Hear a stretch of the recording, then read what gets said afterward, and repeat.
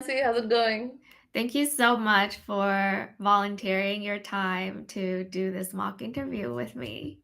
Yeah, thank you so much for reaching me and opening up this platform from so many people for preparing for interviews right now. Yeah, my pleasure. Before I just surprise you with a product sense question, tell us a little bit about yourself.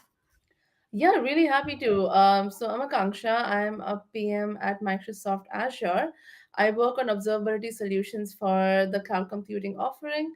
And this is not my first time collaborating with Nancy. Nancy has been such a great person to work with in the past as well.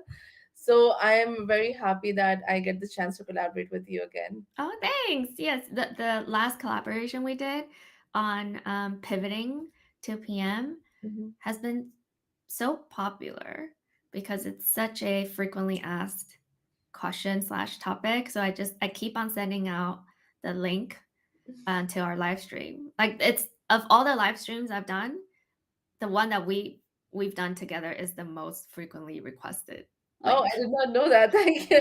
That's really cool to hear. Yeah. Okay. Um, so before I ask you a question, I always like to get to know you as in just any candidate that I meet. I always like to get to know them a little bit better Mhm. before we jump into the interview. So tell us about some of your hobbies. What Oh, are they? I love to travel. So I think I'm a person who you will find always somewhere or the other, like planning, traveling, Oh, and kind cool. of looking for flights. So I really enjoy that. I also enjoy, I've gotten into the habit of kind of journaling and kind of writing stuff down in my day. So that keeps my thoughts organized and that keeps my day kind of smooth. So that's something I'm getting into. I love One that. thing I would really like to try, yeah, one thing I would really like to try hobby wise is to kind of learn a new skill. It can't be any skill like skateboarding or I don't know. So I want to do that as well at some point. So, what types of products do you use to support your three hobbies? So the kinds of products that I use to support the first travel is I think is very important. Hopper is one of my most favorite apps. So that's something I use on a very regular basis to look for flights. And also like booking.com and Airbnb are some of my other favorite apps for travel. Okay. And what do you use for journaling? Um, Regular pen and paper. Ah, okay. I am not a taking notes on the computer kind of person. And what do you use for learning? LinkedIn Learning is Okay. what I use for technical learning, and YouTube is something I just browse and see what other people are doing, like in hiking or like other activities which I am interested in. So, if you were to pick one of these products that you mentioned, whether it's Hopper or Booking.com or Airbnb or LinkedIn Learning or YouTube, pick one of them and improve it. Oh, that's an amazing approach, Nancy. I did not see that coming. So, yeah, let's go with Hopper because I am personally really passionate about that product. And I use that almost like on a weekly basis. I use that almost 3 to 4 times. Oh, wow. Yeah, so it's not usual, but yeah, I have never used Hopper and now I am intrigued. yeah, definitely happy to kind of introduce people who have not used Hopper to Hopper. So, just to kind of describe the product and what it does on a very high level, Hopper is a travel and booking platform where you can book flights, hotels, rental cars, and even experiences. So, if you want to book like a ship, kind of like a cruise ship somewhere, you can potentially kind of do that on Hopper as well. It offers you deals. They have deals on regular basis, and it has predictive pricing on flights, which is very very useful for me. So you can potentially like set dates and watch those dates, and Hopper will send you like push notifications whenever the flight is the cheapest for that date range. So that is a product on a high level. In terms of improvement, I just want to clarify the scope of the question a little bit. So when you say improve Hopper, where would you like me to focus on the improvement aspect? Where would you like to focus? Um, I think maybe usage of the product, let's say, because like you said, you did not know about Hopper, and this is something that's new to you. I also didn't know about Hopper until like a year ago, and I found out. So I think maybe we could focus on improving the usage of Hopper if that sounds good to you. And do you think this is the area that would result in the biggest impact for Hopper? Yes, because I think Hopper has a lot of competitors. Like Google Flights also has predictive pricing. A lot of other people are also getting into it, like Expedia. So Hopper can definitely use some sort of push for people to know about it, just to educate and start using it. But when you say usage, do you really mean awareness and adoption? Yes, usage can, so what I mean by usage is kind of dividing into two, like adoption and retention as well. So I know people who started using Hopper and they just dropped off because maybe it wasn't intuitive enough, or maybe they found Google Flights better. So we can focus on either of them depending on the scope that you would like me to focus on. I want you to decide your own scope. Okay, let's do both. Why not? Let's do adoption and retention if that's good with you. Okay, go for it. Okay. So our goal on a very high level is to increase the adoption and retention for the Hopper mobile app. Let's focus on mobile for now because Hopper's one of the most kind of standout features is the push notifications whenever the prices are available. So that's our high level goal. Can I take a couple of minutes to kind of list down the user group and to kind of list down what I want to do with each of them? Yeah, of Um, course. take, Taking out my good old notepad. All right, so just taking.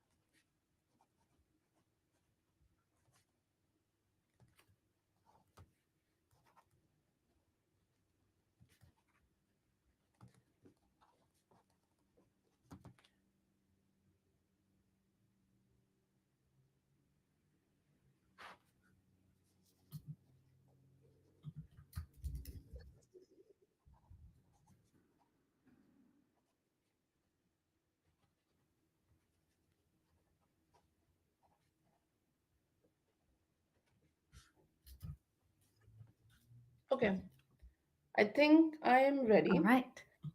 So for Hopper, I'm for our goal of adoption and retention of the mobile platform. Let's say I have some user groups in mind that we can kind of see using that product. There are obviously people who travel a lot, who travel at least once or twice in a month. So I would call them regular travelers.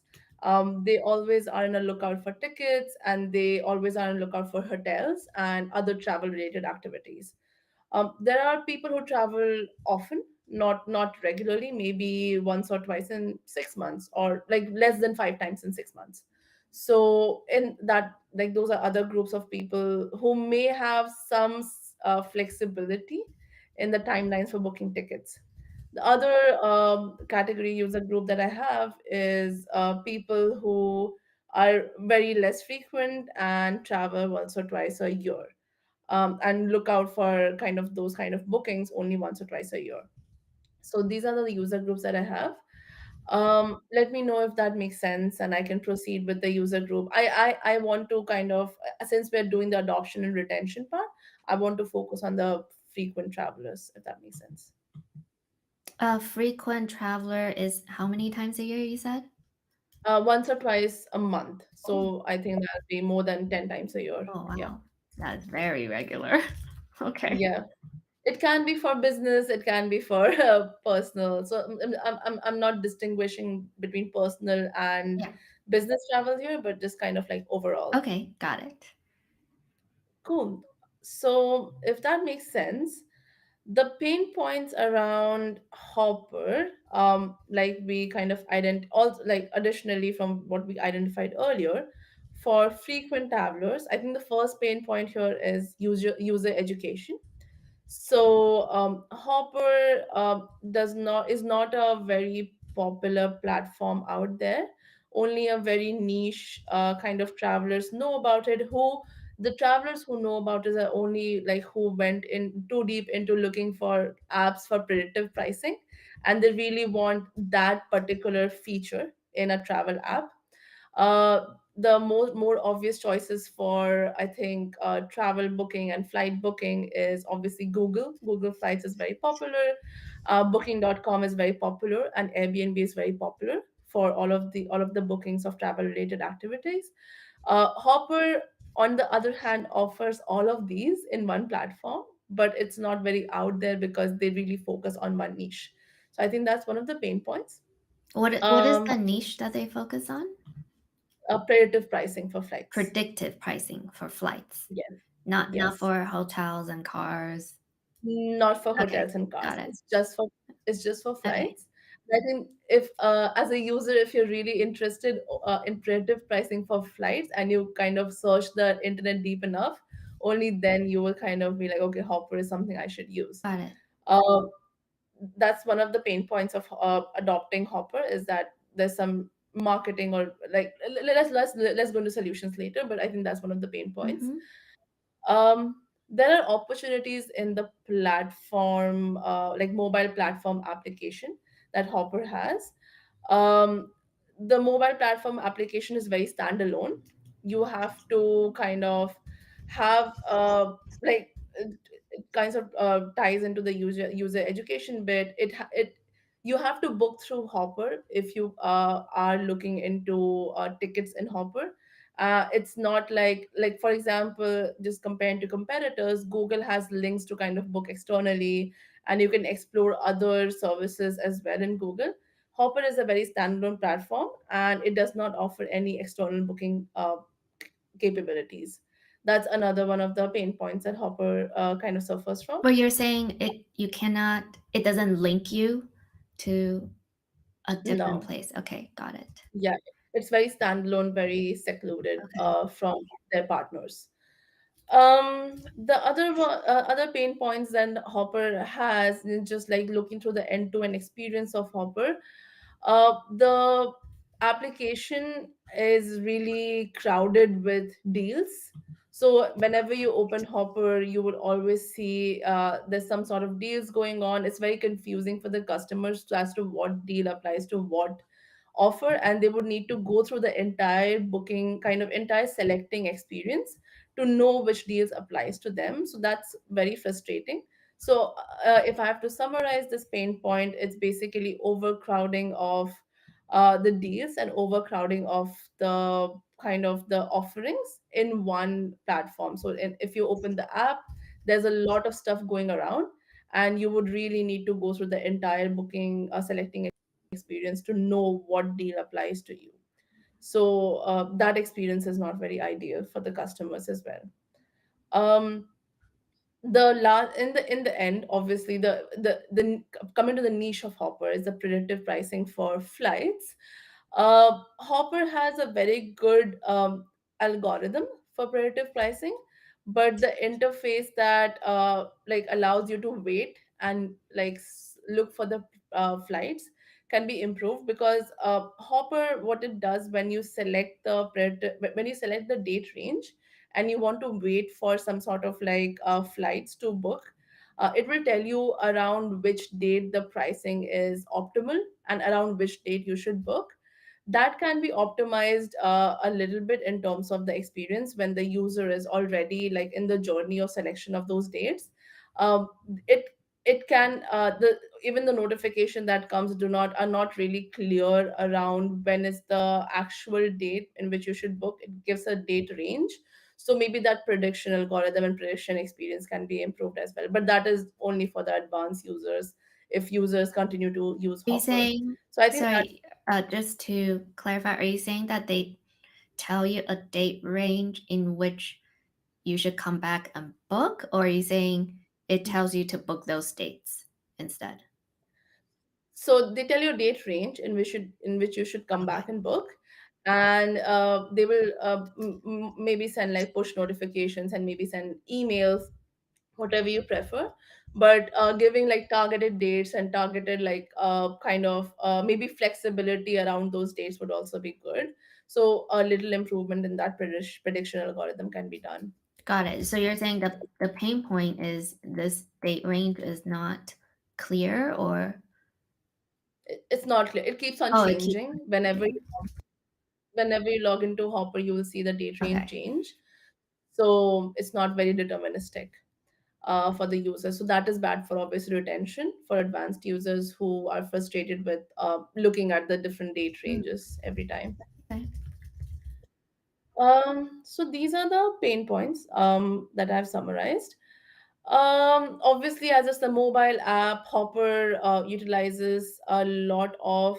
I think Hopper utilizes a lot of different platforms and partners to kind of list their flights. Mobile apps can be tricky in terms of performance, so there can be performance issues in the Hopper app as well. It needs a very good kind of phone, performant hardware to run on, and obviously the battery can drain out, and users can miss the notification of kind of when the flight was more cheap. So there should be another ways to notify the user basically. Okay, got it. Okay, now that we have kind of covered all of this, um I would like to jump into like sort of like the impact of all these pain Okay. points and maybe try to design solutions. Just pausing here if to see if you have any questions No up to here. questions. Okay, sounds good.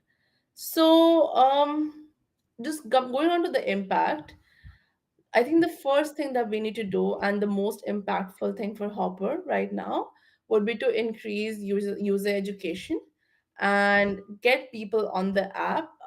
As I don't know, I don't think it's a very mainstream app within travelers right now. So user education and marketing is definitely the one with maybe the least effort here and the most impact here. Then the other thing that I would focus on, kind of like getting adoption, is having not having the standalone app and having different external partners link onto those apps so that users can just use Hopper and kind of have visibility onto the external partners like Google Flights, where user can go to the flight website and book. So maybe having that and having people know about Hopper as well, in that respect, would be good for adoption. So I think these are will be the two most impactful and least effort initiatives to increase adoption in Hopper in terms of pain points. And obviously, in terms of retention, the kind of the mobile app issues, so resolving the clutter in the mobile app, kind of making it clear of which deal applies to which booking would be good for retention when the customer is trying to book something out of Hopper.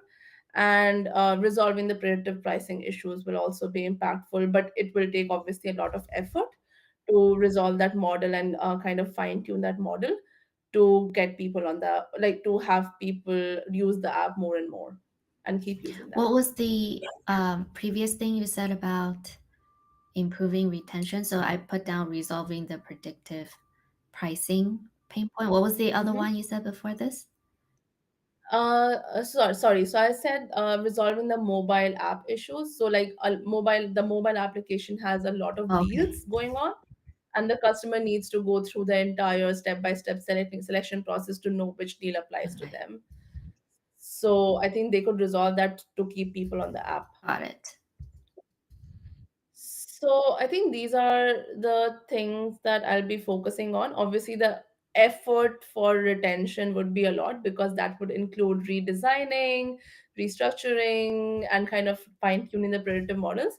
But I think we can have some few quick wins in the adoption area. And I would like to deep dive into the solutions for the adoption area first. So solution for the solution for adoption. Okay, got it. Yes. So yeah, um, let's go through the adoption area solutions. First off, for user education, I think Hopper can do a much better job at marketing. Definitely something that can be integrated with a lot of other platforms. I think like for example, I'm just taking an example of Google Flights here. Whenever you search a flight on Google Flights, there are links to book on other platforms as well. So there are links to book on Expedia, there are links to book on TripAdvisor, and like there are multiple links there. Integration of Hopper with those links would kind of have impact on user education for Hopper, and the users will know that there's such platform exists. Hopper can also collaborate with a lot of travel bloggers and travel websites because right now people who are planning itineraries and travel tend to Google like 10 day itinerary for maybe a place. So Hopper can collaborate with the top travel bloggers there for marketing purposes. Also for in different platforms where sort of maybe like flight bookings and like for corporate maybe like flight bookings and hotel bookings are necessary. If there are any corporate bookings going on, maybe they can collaborate with corporate to have those have the corporates book through Hopper and encourage them to use predictive pricing, saying that your corporate can save money if they use our model to kind of book tickets through our predictive pricing. Okay, So collaboration there would really be helpful for Hopper adoption. got it. Does Yes, that make that sense? makes sense. Okay. Going on to the second most impactful thing for Hopper in the adoption arena was basically the integration for external endpoints. So Hopper is very standalone. When you are in Hopper and booking through Hopper, you can only book in the Hopper platform. So Hopper can also partner with different airlines and with different hotels like Marriott or Hyatt, whatever partner they choose, and they can build a strategic partnership in which they could provide links for those airlines and for those hotel bookings, external links. Customers can just come to Hopper, use the predictive pricing model, and then have the flexibility to book on the other platforms as well. Uh, so that partnership could result in more user redirection to the partner websites and partner booking platforms, and Hopper could have more adoption in that sense. So that would be very beneficial for Hopper adoption as well. Okay, makes sense. Yeah, so I think this is what I have, the two most impactful things Hopper can do right now for adoption. Coming on to retention, just very quickly summarizing the solutions here. Mobile platform improvements for deals, it would require quite a lot of redesign in the mobile platform, as well as user education of why they're moving the deals out of the home page to like the later stages in the app when they're associating the deals with what they're booking. So some redesign happening there, some user communication happening there. So that will need a huge involvement end to end from a lot of teams in Hopper. And obviously, user needs to be educated. Like the existing Hopper user needs to be educated on these new changes. But it will have a lot of impact in kind of keeping the existing and new users because they would have more clarity on the deals. Um, The next thing that I was focusing on was the predictive pricing improvements. It would require fine tuning and optimizing the ML model to sort of clarify and more like deterministically tell us the dates in the first search for the predictive pricing flights, so that user does not need to keep coming back and saying, oh, are my date ranges still valid, or is this the best time to book? These are the like huge questions that the user have, like which is the best time to book for this flight, and am I booking the correct amount? So more clarity there would be great for the users to keep using the app. Doesn't Google So Flight also tell you if price is low right now or high right now? yes, Google Flights does tell you it has one sort of predictive pricing model like Hopper, but the plus point in Hopper is that Hopper actually tells you the future as well. So in Google Flights, you can all like set a date and it will tell you between those date Mm-hmm. ranges, but Hopper will tell you the future between, let's say, if you're booking for Christmas. So between now and November 15th is the best time to book for Got it. Christmas. So it'll tell you Got about it. that. That's I think that's the best thing I use Hopper for, like just to kind of know when is the best time to book. Makes sense. Anything else you want to Um, add? Yeah, so I think let's talk about like quickly talk about the metrics which we should evaluate, kind of going from the solutions. So I think in the adoption area, the weekly active users and monthly active users will be great because we were going to the most travel, like the user group that we're focusing on is like the travel more. So basically, they travel at least 10 to 12 times a year, and we would see like how many users are monthly and weekly active on Hopper after the marketing campaigns. That would kind of give us an indication of the success of the adoption area. In the retention bit, obviously, in the adoption bit as well, if we have the partner integration, just coming back to adoption a little bit, in the partner integration, we can see how many users utilize those partner links and how many users utilize the Hopper booking. So kind of have more distinction there and see if the partner links are growing and the booking through partner links is more preferred or not. That would also kind of determine if our adoption strategy was successful. Um, just in terms of retention, how many users applied deals while booking their travel. That is also very important in kind of seeing if the customers are enjoying the app and actually interested in utilizing more and more features in terms of deals in the app. And retention bit obviously comes on to like how many users book the flights according to the predictive pricing model. So the pricing model told them a date range, did they book in that date range or did they not, never came back to book in that date range again? So that conversion rate is also will also determine if our retention experiment was successful or not. Got it. Yay! Let's debrief. How do you think it went? I think it went great. I really enjoyed this app, and this app is very close to me. So I think I really had fun kind of thinking through the user experience, kind of empathizing what the pain points are, and try to build a strategy around how to improve it. So I had a lot That's of fun great. doing this.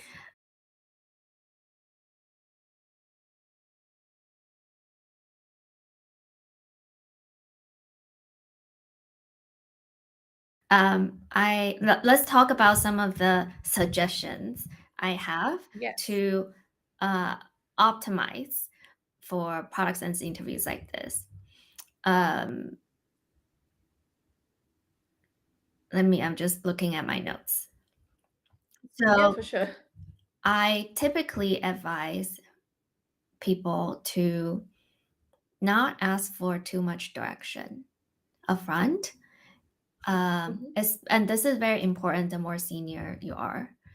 You could clarify Hmm. the question, but you want to not ask for direction as much as possible because um, as a senior PM, your job is to come up with a direction. That's why when you ask me, where do you want us to focus on? I turn it back to you. Like, what do you think? Right. Yeah. Yeah. Um, and I want to recommend that we use words that are less generic. So, for example, you said, let's improve usage. Well, what does usage Mm-hmm. mean? Let's be as Mm-hmm. specific as possible. That's where I asked, well, do you mean adoption? Because you're saying, oh, I didn't know about Hopper. Um, that's clearly a problem. So we should focus on usage. But then I said, but are you talking about adoption then? Not necessarily usage, because I don't know what the word means, usage. So this is where Mm-hmm. we want to be as clear as possible, um, so that the interviewer does not get confused. What we want to Yes. avoid is if the interviewer is confused, they would be stuck in the confusion. They would not be able to really pay attention to all the insights that you're sharing because they're confused. Right? So we don't want to confuse the interviewer as much as possible. Mm-hmm. And in a good product sense interview, typically you just want the interviewer to sit back and relax and be wowed. So in a very good product sense interview, it's almost like a monologue. You're just Mm-hmm. talking by yourself for 30 minutes, and then the interviewer's like, yeah, makes sense. Oh, cool. Right. That is what a Mm-hmm. good product sense interview um, looks like for the most part, that is. Okay, so then next, we set a goal around increasing adoption and retention on the mobile phone. Again, this is a very general goal that we could apply to any product that we can think of. So my recommendation again is to be more specific. Otherwise, the interviewer would get bored at this stage because every candidate wants to improve adoption and retention engagement. These are very general terms, right? And the interviewer hears these terms all the time. So how Mm-hmm. do we stand out? We don't want to use these general terms. We want to use terms that are Mm-hmm. more specific and more meaningful to this particular app. So before we set a goal, we should always anchor on the mission of the app. What does Hopper care about? Let's use their Mm-hmm. words. So I quickly looked it up. It's about spending less, which makes sense. Spend Mm-hmm. less, travel better. That's their tagline. So we Mm-hmm. want to use their language to set a goal for the improvements that we're about to propose. It has to be around helping people spend less, helping people travel more, in those terms, like using those terminology, which helps our goal sound more interesting compared to let's increase Mm-hmm. adoption and retention, because that's just that's just what we do, like always for any product. So far so Mm-hmm. good. Okay. Yeah, this is great. I'm getting like a forest sense masterclass right Thank here. you. Yeah, so what's missing in this discussion is, what is the Hopper mission? Or we always want to anchor the discussion on what that Mm, company cares about. So we start okay. there. Okay. Okay. And to improve something, we should always think about what the users care about and what does the company care about before we come up with mm, areas to focus on. So when the order for this type of discussion should be, okay, let's start with the company mission. Okay, we definitely Mm-hmm. want to help people spend less so that they could travel more. The hypothesis here is traveling is pricey. Um, we can't travel all the time. Like for if it's a personal travel use case, we can't travel all the time. It's very pricey. But what if pricing is no longer a concern?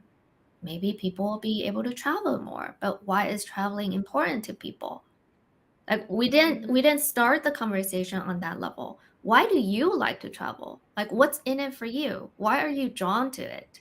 That's the emotional layer that most candidates don't talk about. And so in order to stand out, you want to talk more about what drives these behaviors, what motivates people. Just regardless of which travel app you use.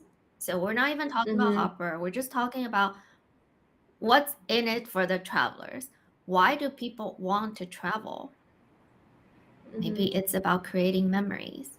Maybe it's about broadening our horizon, seeing the world. Like whatever it is, or whatever motivates you, you want to talk about that. Then use Mm-hmm. that to set your goal. Now your goal is a lot more interesting than Mm-hmm. I'm going to increase adoption and retention. Mm-hmm. Okay, so the next recommendation I have is we slightly looked at who else is in the market. So we talked about Google Flights, we talked about Airbnb a little bit. A tactic that I like to use is I'm going to do a mini SWOT analysis on Hopper. What are they good at? What are they bad at? Who are the competitors? And the reason why Mm-hmm. I do this mini SWOT analysis is because I want the improvement to help them win. Mm-hmm. And so the improvement that I'm about to propose would not be little things, like iterative things we would do in the product. It would be bigger things that help them win in the market. Um, all leaning into the strength. So we want to lean into the strength and like minimize the weaknesses. Mm-hmm. That's how I would position the the improvements that I have not yet talked about. But Mm-hmm. I want to share my framework, which is in order to help this company win, I'm not going to forget about everything that this company is already good at, but I have to Mm-hmm. minimize their weaknesses and then find a way to squash the competitors. That's my line of thinking. And so the strength of the company is their algorithm and their predictive pricing, which no one else does, is what it sounds like. So I'm going to definitely keep that, lean into that. And there's weaknesses, which would be people don't know about it, and there's UX redesign necessary, blah blah blah. But what I'm saying here is I'm going to talk about why I'm talking about these pain points from the company perspective and also from the people perspective before I give you the list of pain points. I Mm-hmm. need Okay. to warm up first before I give you the list. Okay, so now let's say I walk you through my framework, which is lean into the strength, minimize the weakness, and now let me tell you about what they're weak in. I need a way to Mm-hmm. better organize this list of pain points. We talked about maybe 10 different small things. It's very hard to get, it's easy to get lost in this list when the list is long. I need a way Mm-hmm. to organize it. I could either organize it by user journey or I could organize it by adoption curve. Like whatever it is, I Mm-hmm. need to organize it so that it's not a list of random pain points. Also, it's not because unless we can prioritize it in the spot, which we cannot, there has to be some way of organizing it. And the way Mm-hmm. I frame the pain point, I wouldn't frame it from the app's perspective. So, for example, um, Hopper Mobile is a standalone app and it only sells tickets from their existing pool. That statement is framed from Hopper's perspective. It's a Hopper problem. It's not a people problem. Mm-hmm. What is the people problem? It's I want more options. Or I know there's more airlines that I book from, right? I would frame the pain points from the people perspective and not Mm-hmm. necessarily from the hopper perspective. And I would apply that to all the pain points that we talked about.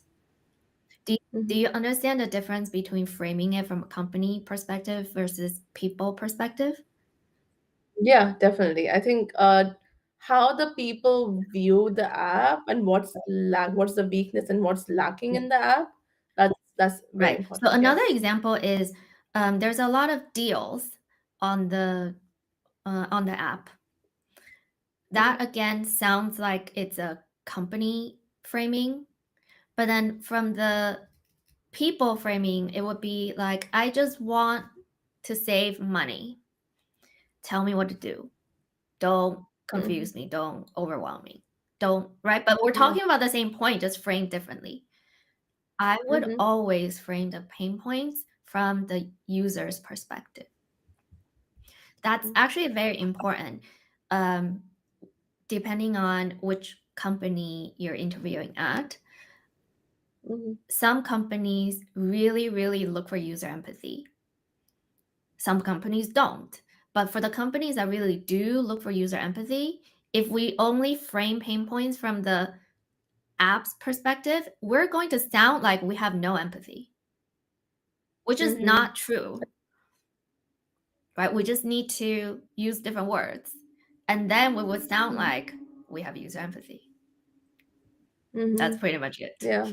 So it's a tactic that we can easily adopt. That makes sense. Great. Yeah. Um, the next step is I'm going to uh, kind of like size the different pain points that I came up with. And you talked Mm-hmm. about ideas for adoption and ideas for retention. And then we did some sizing analysis.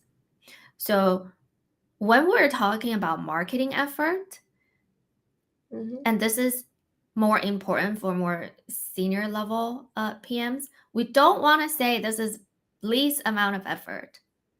It might not be effort Mm-hmm. for engineering, but it's a lot of effort for marketing. So Mm-hmm. we can't say that it's low lift or low effort. We could Mm-hmm. when we clarify. It's like, okay, this is low lift for engineering, but it's high lift for marketing. So it's not Mm-hmm. necessarily just low lift, period. And Mm-hmm. this shows your level of seniority in terms of how big you're thinking when you're making these types of decisions. Um, Mm-hmm. mm, Before we actually size things, though, my recommendation is to again think about impact more so than the effort. Because in order, so going back to what the layout in the beginning of the talk, I said, I'm going to help this company win. Mm-hmm. In order to win, it's no longer about the quick wins. Because my framing is I'm going to win, that means if something is a quick win and it's not super impactful, it actually doesn't really make this company win. We're not going to Mm-hmm. win in the market by just focusing on a bunch of quick wins, right? So Mm-hmm. when we're at this part of the exercise, I will remind myself, okay, I said upfront, I'm going to lean into my strength and minimize my weaknesses such that I can win. Therefore, I have to focus on the bigger impact. Mm-hmm. And I'm just going to deprioritize all the little things, all the small wins. So that forces me to not focus on the minor details. It forces me to focus on what actually moves the market. So again, that is Mm-hmm. another tactic that we could use to make our answer sound more interesting. Mm-hmm. Does that make sense? How is this landing? Yeah. No, yeah, this is great. I'm just kind of like, yeah, this like I'm just getting a master class and this is great. Definitely, I think user empathy is something that all PMs should Mhm. have, and kind of exercising that regularly is something that you need to be kind of like developing a muscle for. So yeah, this is amazing. Yeah, thank Well, you so much, thank Nancy. you. Um, I wouldn't necessarily say, okay, I have these solutions for adoption, I have these solutions for retention. Again, this has to Mhm, do with how we're framing the goals, right? Because the goal is framed, okay, retention and adoption, then we're forced to think about solutions in these two buckets. But when the mhm, goal is framed, I'm going to help people travel more by spending less, mhm. then the way we frame our solutions would be a lot more different. What are the different ways I could help people spend less? Then you might have a lot more ideas because you know Hopper a lot better than me. But this kind of just illustrates how we set up the problem up front really affects how the rest of the interview goes. Right. Yeah. So the first 5 to 10 minutes of this interview is the most important part of this interview. There's no turning back after that.